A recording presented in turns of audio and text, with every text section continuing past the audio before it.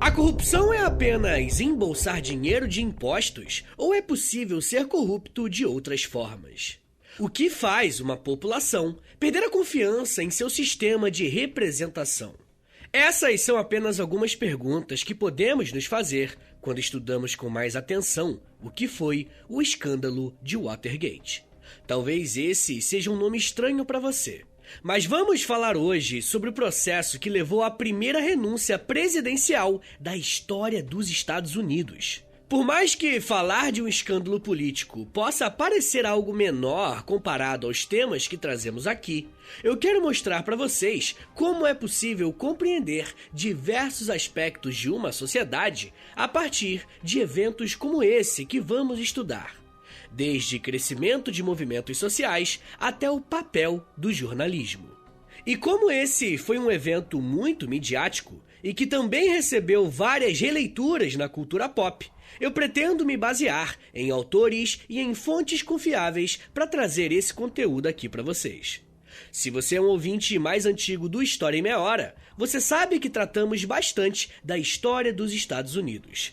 Já falamos da colonização, já falamos da independência dos Estados Unidos, da expansão territorial e até sobre a sua ação nos séculos 20 e 21. Com esse episódio, eu quero abrir uma porta que é trabalhar questões específicas de governos importantes, não só da história desse país, como de vários outros. E é claro que eu tô contando com o feedback de vocês, beleza? Comenta lá na última foto do Instagram do História Meia Hora que eu vou saber se vocês gostaram dessa ideia ou se eu posso partir para outra. Mas enfim, gente, uma das coisas que os estadunidenses mais se orgulham é do seu sistema político. Os Estados Unidos da América, desde o seu período independente, foi o país que mais prezou por seu presidencialismo e pela sua Constituição. Além disso, os Estados Unidos são uma das poucas democracias na América que não sofreram golpes militares ou coisas do tipo. Mas essa a gente sabe por quê, né? Afinal, eles que financiavam os golpes no resto da América. Fazer essa introdução a respeito desse país é algo muito importante, porque nos mostra o quanto um sistema político é confiável ou não e o quanto a sua população confia nessa forma de governar. Uma outra coisa que você precisa saber sobre a política dos Estados Unidos é que eles se organizam a partir de um sistema bipartidário, ou seja, lá apenas 2 partidos de fato concorrem às eleições no país. Não vai ser o meu objetivo aqui hoje falar sobre as particularidades desse sistema partidário, ou como as disputas ideológicas acontecem dentro deles.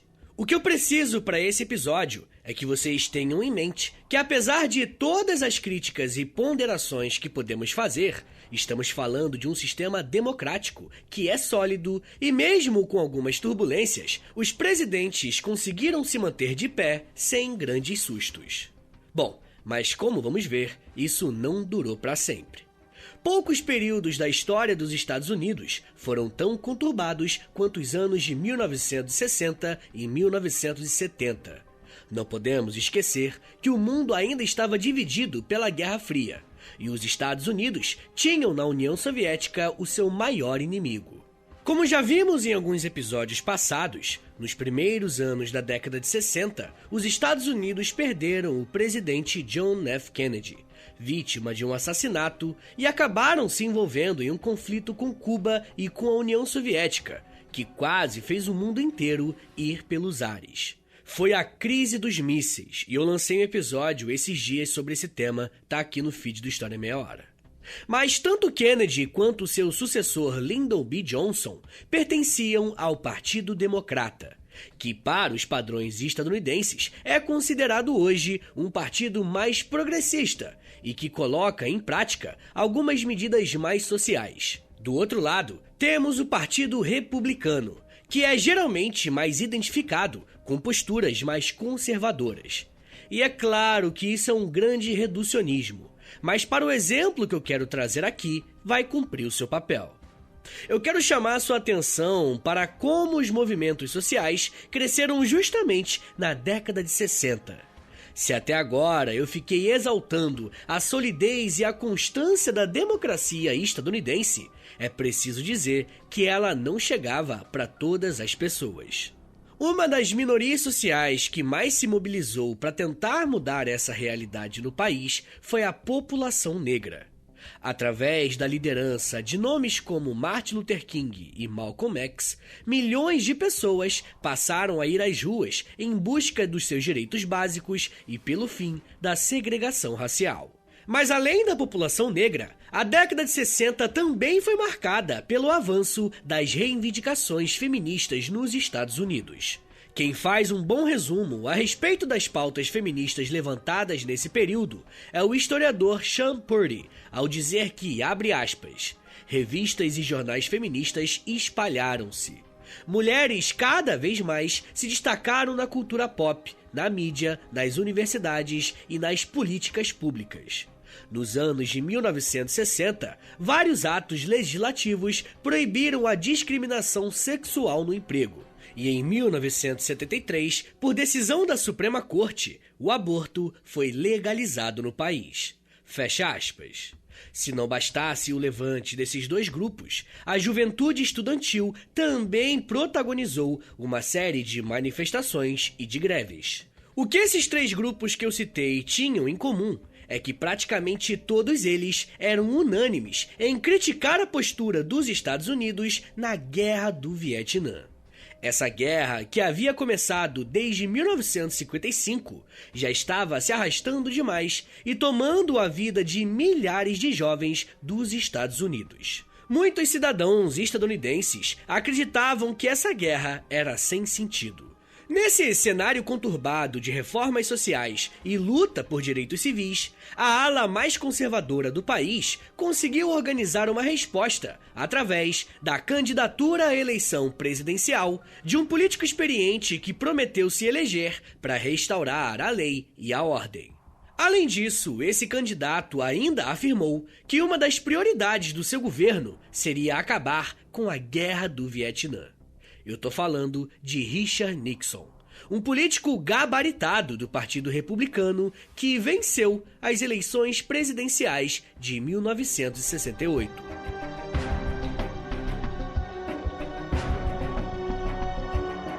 E agora eu quero convidar o meu grande amigo Vitor Vogel, do canal Vogalizando a História, para contar para vocês um pouquinho mais sobre quem foi Richard Nixon. Richard Nixon foi o 37º presidente dos Estados Unidos, sendo eleito em 1969. Mas a carreira política do cara já tinha começado bem antes disso. Ele era formado em Direito, tinha sido atuante na Segunda Guerra Mundial, ali no Pacífico, em uma atividade modesta na Marinha, e em 1946 foi eleito para a Câmara dos Representantes dos Estados Unidos. E no final de 1950 já era senador pelo estado da Califórnia, o estado em que ele nasceu. Nixon era um dos principais nomes do Partido Republicano e atuou como senador até 1953, quando ele assumiu como vice-presidente dos Estados Unidos, durante a gestão do presidente Dwight Eisenhower.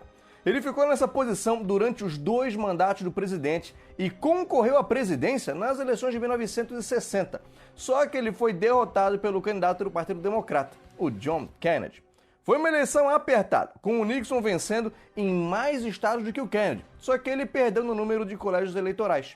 No total dos votos populares, Nixon perdeu por pouco mais de 100 mil votos de diferença, mas o cara continuou sendo nome forte no partido.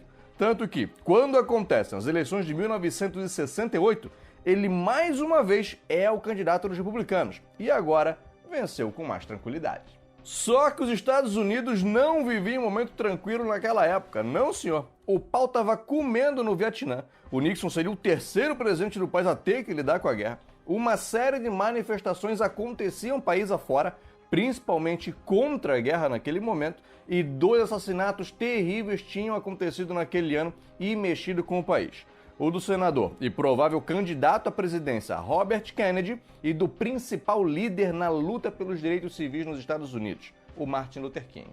Tendo esse cenário desfavorável, Richard Nixon precisava colocar em prática medidas eficazes para pacificar o país e fazer os Estados Unidos avançarem economicamente.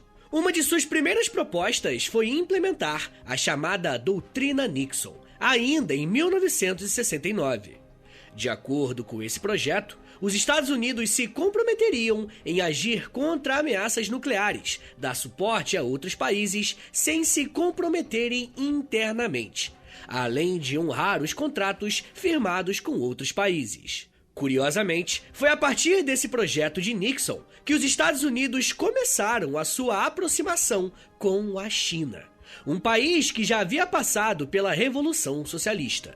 Isso é pouco falado, mas dentro do Partido Comunista existia uma espécie de racha entre a China e a União Soviética. Logo, se aproximar aos chineses era passar um recado bem claro para os inimigos mais antigos. E olhando a política atual dos dois países, é até difícil acreditar que isso de fato aconteceu um dia. Economicamente, Nixon precisou lidar com uma crise inflacionária que estava atrapalhando a vida das classes mais baixas. E politicamente isso atrapalhava Nixon, porque isso fazia com que os movimentos negros ficassem ainda mais insatisfeitos. Afinal, eles eram uma das classes mais impactadas. O Nixon até fez um aceno à comunidade negra, promovendo encontros com funcionários do governo que eram negros e pautando algumas medidas mais inclusivas. Porém, precisamos lembrar também que foi no governo de Nixon que golpes na América Latina foram financiados, como por exemplo a derrubada de Salvador Allende no Chile, no início dos anos de 1970. Além disso, Nixon teve uma postura um pouco dúbia no que se refere à política externa. Você se lembra que uma das suas promessas de governo era acabar com a Guerra do Vietnã? Então, apesar disso, nos primeiros meses do seu governo, em março de 1969, ele aprovou um bombardeio secreto contra norte-vietnamitas e contra o exército comunista do Khmer Vermelho. Essa era uma política de combate importada do governo anterior, que mostrava o quanto o país insistia nessa postura bélica quando o assunto era questões externas. Somente após essa série de bombardeios que Nixon convidou os líderes norte-vietnamitas para a mesa de negociações em Paris. Falar uma coisa na campanha e fazer outra na prática fez com que a população mais jovem respondesse a essa postura em relação à guerra. Milhares de jovens fugiram para o Canadá na expectativa de driblarem o serviço militar obrigatório. Para terem uma ideia de números, a quantidade de desertores simplesmente dobrou. Em 1967, 47 mil jovens não se alistaram nas Forças Armadas. Em meados de 1971, esse número chegou a 90 mil. Apesar disso tudo, Nixon acabou deixando a marca dele. O cara começou a trazer os soldados que estavam no Vietnã de volta para casa, se envolveu em causas ambientais e no final do seu primeiro mandato apresentava bons índices econômicos. Ele chegou a visitar a China e a União Soviética, o que acabou aliviando as tensões provocadas pela Guerra Fria. E ele era o presidente quando Apollo 11 chegou à Lua pela primeira vez. Tá ligado aquela placa que os astronautas levaram, dizendo que foram até a Lua em paz? Então, essa placa não tá só com o nome dos astronautas, o nome do Nixon tá lá também. Então o cara tava com moral. Foi natural que ele concorresse a uma reeleição, só que no caminho do Nixon estava o Watergate. Eu quero explicar com mais detalhes o que é o Watergate e como esse escândalo se desenrolou. E claro, de que forma esse acontecimento mudou a política dos Estados Unidos. Mas me dá um minutinho aí, tá, gente, que daqui a pouco a gente volta e eu falo um pouco mais sobre corrupção, CIA, escutas, vazamento, jornalismo e garganta profunda. Calma, você vai entender. Segura aí, que é um minutinho só.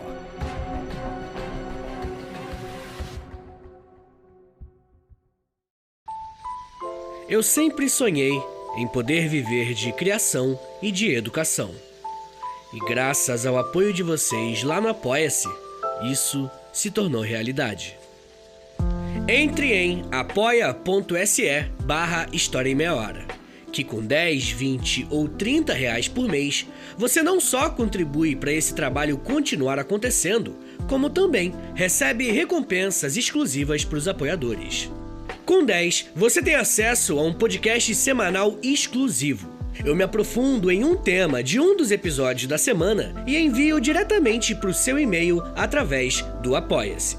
Já tem mais de 70 episódios por lá e você vai receber acesso a todos eles. Além do podcast exclusivo, com R$20, você também recebe acesso ao nosso Clube do Livro. Todo mês nós lemos um livro sobre história e conversamos no grupo do Telegram. E depois de 30 dias, fazemos uma call no Zoom para compartilharmos as nossas impressões. E com 30, além das recompensas anteriores, eu te adiciono no meu Amigos Próximos no Instagram, onde publico conteúdos diários com curiosidades históricas, tanto no @História em Meia Hora, quanto no @Prof. Vitor Soares. E se você tiver alguma dúvida sobre o apoio, é só entrar em contato comigo pelo e-mail historiaemmeiahora@gmail.com. apoia.se/História em Meia Hora. É apoia.se/História em Meia Hora. Valeu, gente!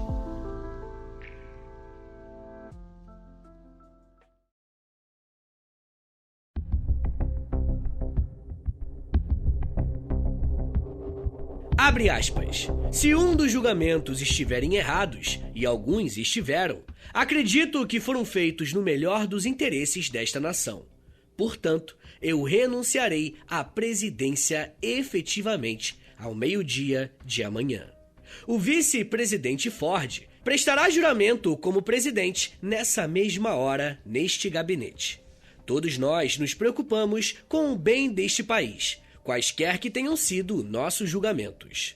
Assim, unamo-nos em nosso propósito comum e ajudemos nosso novo presidente. Fecha aspas. Essas foram as palavras ditas por Richard Nixon no dia 9 de agosto de 1974, data em que anunciou a sua renúncia da presidência dos Estados Unidos. Foi a primeira vez que isso aconteceu na história desse país. Desde o primeiro presidente eleito, em 1789, ninguém nunca havia renunciado. Para compreendermos por que algo tão incomum na história dos Estados Unidos aconteceu, precisamos olhar para o que estava acontecendo em meados de 1972. Nesse ano, a campanha eleitoral estava começando. E como disse o meu amigo Vogel, Nixon era um dos favoritos para vencer essa eleição. Quem acompanha a política há algum tempo já sabe que nenhuma corrida eleitoral é igual a outra. Só que o que poucos podiam afirmar é que os rumos da política dos Estados Unidos seriam alterados por conta de um roubo. Na verdade, de um suposto roubo. Na madrugada do dia 17 de junho de 1972, 5 homens foram flagrados entrando nas dependências de um edifício chamado Watergate. O prédio Watergate era a base de comando do Partido Democrata, ou seja, o partido rival de Richard Nixon. Esses 5 homens chamaram a atenção do porteiro do prédio, que na hora decidiu ligar para a polícia. A polícia chegou a tempo de prender esses homens, e de cara conseguiram notar que se tratava de um estadunidense, 3 cubanos e um estadunidense com origem cubana. A primeira reportagem sobre esse assalto na sede do Partido Democrata foi publicada pelo jornal Washington Post, no dia 18 de junho de 1972. Foi com a publicação dessa matéria que algumas pessoas começaram a achar tudo isso muito estranho. O que num primeiro momento aparentava ser um assalto comum, se mostrou um grande mistério.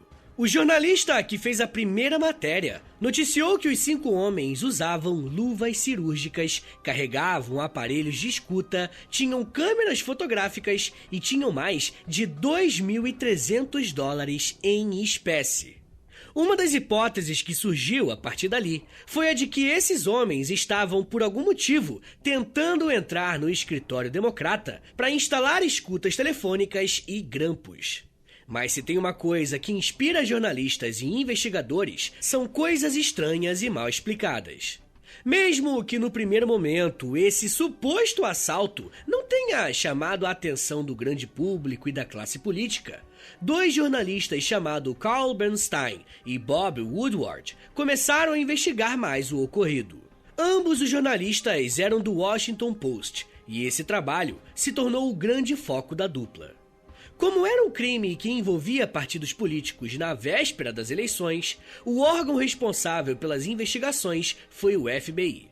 Só que não demorou muito para que a dupla de jornalistas conseguissem uma fonte dentro do FBI que negava ou confirmava as pistas e as informações que eles tinham. Esse vazador de informações começou a ser chamado de Garganta Profunda, e a sua identidade era completamente desconhecida na época. Nós podemos afirmar que Garganta Profunda era alguém influente dentro do FBI, porque foi ele que deu a dica para os jornalistas de que aquilo que aconteceu em Watergate tinha relação com a Casa Branca. Molecada, tenta se colocar no lugar desses jornalistas. O que era um crime aleatório estava se tornando um crime que poderia ter alguém do governo dos Estados Unidos envolvido. As investigações começaram a avançar quando os jornalistas analisaram as contas bancárias dos envolvidos no roubo de Watergate. Um dos envolvidos se chamava Bernard Parker. Ele apresentou uma informação bem interessante em seu extrato bancário. Os investigadores descobriram que houve um depósito de $25 mil na conta de Parker. O problema é que esse valor foi registrado em um cheque que seria destinado à campanha do presidente Nixon para a reeleição. Além dessa aparente coincidência, também descobriram que integrantes da ação em Watergate participaram de operações da CIA contra o governo de Fidel Castro. Ou seja, os jornalistas do Washington Post estavam conseguindo provar que as relações dos invasores com o governo eram grandes o suficiente para abalar a política estadunidense. Quanto mais Carl e Bob se aprofundavam nas investigações com a ajuda de Garganta Profunda, mais eles encontravam paralelos com o governo do seu país. Além disso, os jornalistas descobriram que o Procurador-Geral dos Estados Unidos mantinha um fundo secreto para organizar informações que poderiam ser úteis na campanha presidencial contra os democratas. Pronto, os jornalistas conseguiram juntar todos os pontos e afirmar que o objetivo da campanha de Richard Nixon era monitorar e vigiar, através de escutas e de informações privilegiadas, o que os seus adversários iriam fazer para derrotá-lo nas urnas. Esse tipo de estratégia por baixo dos panos passou a ser usada após o dia 13 de junho de 1971. Essa data foi marcante para o governo Nixon, pois foi nesse período que aconteceu o vazamento dos papéis do Pentágono, o Pentagon Leaks. Essa documentação mostrava que o governo dos Estados Unidos tinha uma presença no Vietnã muito maior do que a população tinha conhecimento. E como resposta a isso, Nixon criou um grupo dentro do governo conhecido como Encanadores da Casa Branca. Esse grupo recebeu esse nome porque a sua principal atividade seria impedir que novos vazamentos acontecessem. Só que, paralelo a isso, o Partido Republicano também criou um comitê para cuidar da campanha presidencial à reeleição. E eles levaram para o comitê eleitoral um dos membros dos encanadores da Casa Branca, mais precisamente um homem chamado G. Gordon Liddy. Foi Liddy que deu a ordem de espionar o Partido Democrata. E através disso, aquelas 5 pessoas foram até o Watergate para tentar cumprir a missão. Todo o escândalo explodiu e a gente pode até pensar que por conta dele já era para a reeleição do cara. Mas a gente estaria errado, meu amigo, porque Richard Nixon se reelegeu. E não só se reelegeu, como se reelegeu com a maior vantagem da história do país, com quase 18 milhões de votos populares a mais que o George McGovern, o candidato do Partido Democrata. Só que quando começa o ano de 1973, o barraco do Nixon dá sinais de que vai desabar. Porque 2 caras envolvidos na campanha dele são condenados como os responsáveis pela invasão ao escritório do Partido Democrata. E com essa condenação, começou um debate se realmente o presidente sabia ou não sabia que aquela invasão seria colocada em prática. Começou a ficar mais difícil quando pessoas ligadas à campanha começaram a pedir demissão, enquanto outras começaram a ser demitidas. Uma dessas pessoas era um cara chamado John Wesley Dean, que se recusou a fazer um relatório falso sobre o envolvimento dos republicanos em Watergate. E quando viu que o cerco estava se fechando, o cara escancarou a obstrução da justiça orquestrada pelo governo, começando a contar tudo o que ele sabia para os investigadores. É aí que entra outra peça-chave na história. Um promotor especial contratado pelo próprio procurador-geral que deveria investigar todo o escândalo de Watergate. Um cara chamado Archibald Cox. Ele sabia que o Nixon era um cara obcecado por gravações e que gravava tudo o que se falava no escritório dele. Então pediu que o Nixon entregasse as fitas das gravações e também das ligações que tinha feito. Mas Nixon se negou a entregar, dizendo que o conteúdo das fitas era uma questão de segurança nacional. Claro, ele se dispôs a entregar por escrito um resumo de tudo que havia nas gravações e, em troca, não queria mais ser incomodado com esse caso. Mas o Cox rejeitou essa oferta e decidiu que daria continuidade à investigação, o que despertou a fúria do Nixon, que exigiu que o procurador-geral demitisse o Cox do cargo. É mole, cara! O procurador se negou a seguir tal ordem e renunciou ao cargo. Nixon, não satisfeito, procurou o vice-procurador e o cara também renunciou. Mas quando o próximo na linha de sucessão do cargo assumiu a Procuradoria-Geral interinamente, ele seguiu a ordem do Nixon e demitiu o Cox, em um evento que ficou conhecido como Massacre de Sábado à Noite. Tudo isso foi revelado através das provas que os jornalistas Carl Bernstein e Bob Woodward adquiriram juntamente com o FBI. Não que eles trabalhassem em parceria, mas a cada descoberta do FBI, o Garganta Profunda conseguia dar essa informação aos jornalistas, que na hora já escreviam a matéria e ajudavam a formar a opinião pública. As investigações conseguiram provar que existia uma rede de espionagem e conspiração dentro do governo e que recebia ordens diretas do gabinete presidencial. Além disso, práticas criminosas como a invasão de Watergate receberam financiamento ilegal. Todo esse trabalho investigativo por parte dos jornalistas foi reconhecido e cada vez mais valorizado.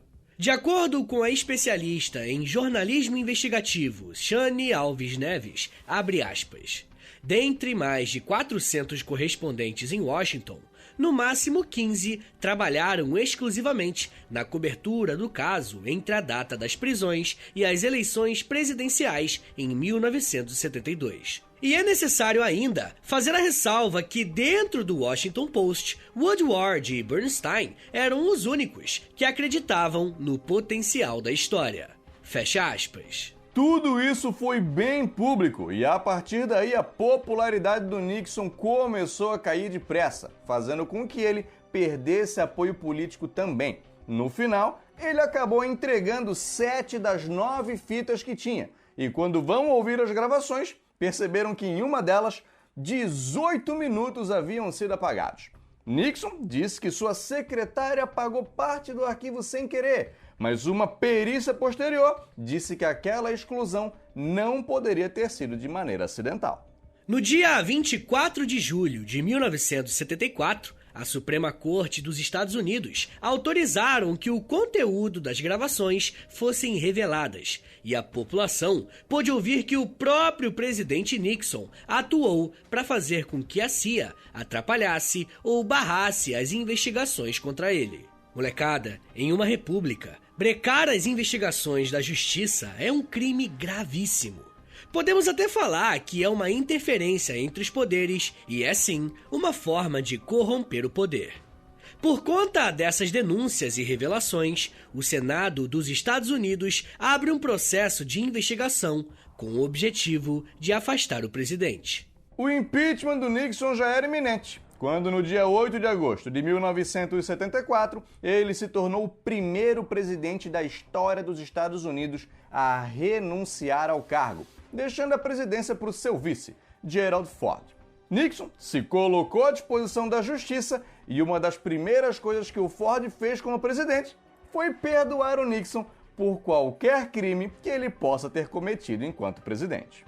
Antes da renúncia, Nixon fez um discurso que ficou marcado pelo presidente afirmar que não era um bandido. E em 1977, depois da renúncia, durante uma entrevista, ele também disse que quando o presidente faz algo, isso significa que não é ilegal. Richard Nixon faleceu em 1994, após sofrer um AVC aos 81 anos de idade, sendo até hoje um dos mais impopulares presidentes da história dos Estados Unidos.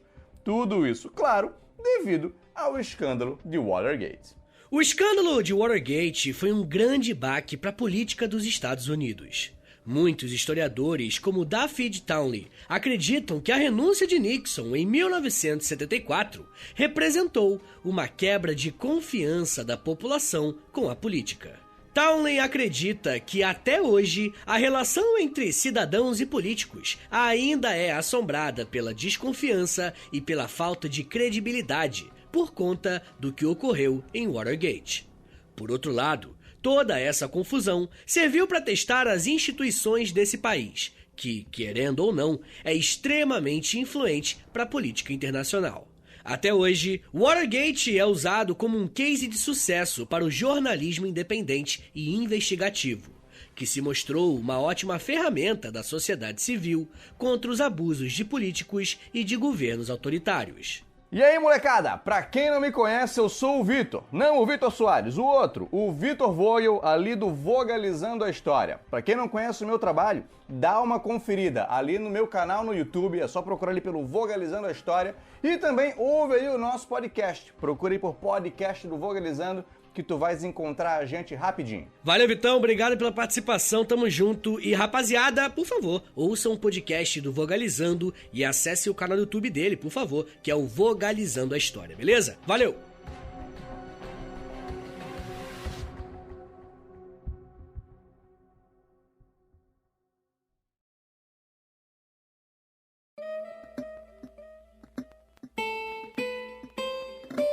Senhores, muito obrigado por ter vindo até aqui. Meu nome é Vitor Soares, eu sou professor de História e você acabou de ouvir o História em Meia Hora. Esse episódio é mais do que especial pra mim, porque o Vog é um cara que eu admiro pra caramba, acho que faz um excelente trabalho e é uma honra saber que o cara também sente isso por mim. Eu fico muito feliz mesmo, muito grato. Então, por favor, ouve lá o podcast dele e o canal do YouTube dele, que você talvez já até conheça, tá bom? Mas de qualquer forma, mantenho o convite pra você compartilhar esse episódio. Posta lá nos stories do Instagram, e aí você me marca no @História Meia Hora, ou você pode postar no Twitter também, no @H30podcast. Rapaziada, não se esqueça que a melhor forma de você ajudar o História Meia Hora a continuar de pé por muito tempo ainda, pra continuar rolando por anos, é você assinando o nosso Apoia-se, beleza? É apoia.se/História em Meia Hora, que você tem acesso a conteúdo exclusivo, tem Clube do Livro, tem conteúdo lá no Instagram também, que esse cara que esqueceu o bagulho que fala toda vez. Lá no Instagram também tem conteúdo e tem muita coisa. Entra lá, apoia.se/História Meia Hora, que tem lá os planos bonitinhos lá, todos explicados. Uma coisa que é interessante é que muita gente me pediu pra fazer um Pix. Então, o Pix do História Meia Hora é historiaemmeiahora@gmail.com e também é o meu contato, tá bom? Então, se você tiver alguma dúvida sobre o apoio, como é que funciona, como é que faz, ou alguma dúvida sobre o podcast mesmo, né? Ou uma sugestão, uma crítica, manda pra esse e-mail aí, por favor, que rapidinho eu respondo, beleza? Rapaziada, eu sempre esqueço de pedir, mas não vou esquecer dessa vez. Por favor, dê 5 estrelinhas pra nós aí no Spotify.